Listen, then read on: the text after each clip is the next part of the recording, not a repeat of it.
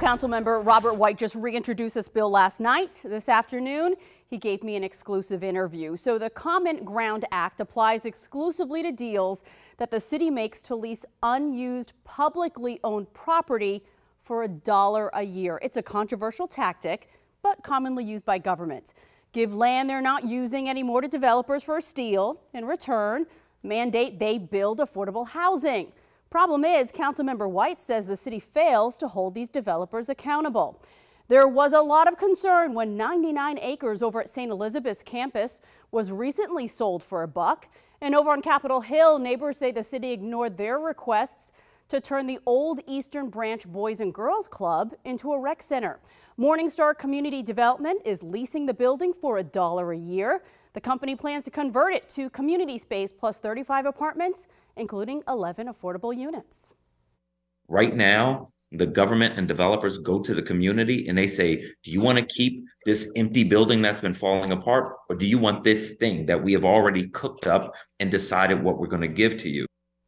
So this bill lets residents have a say in what moves into their neighborhood, requires developers to include at least 30% of affordable 3-bedroom units.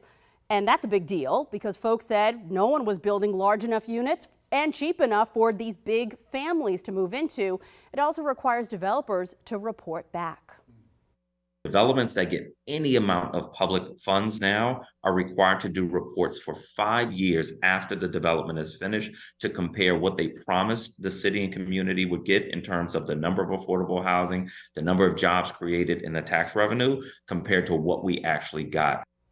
So I asked the council member if he thinks this bill would push developers away. He said it could hurt their bottom line a little bit, but eventually it will help weed out those developers who don't have the community's interests in mind. And Lessons O, he says it's really about being intentional, what we're building and for whom. And part of having that community space is making sure you have units that are big enough for families to reflect our communities.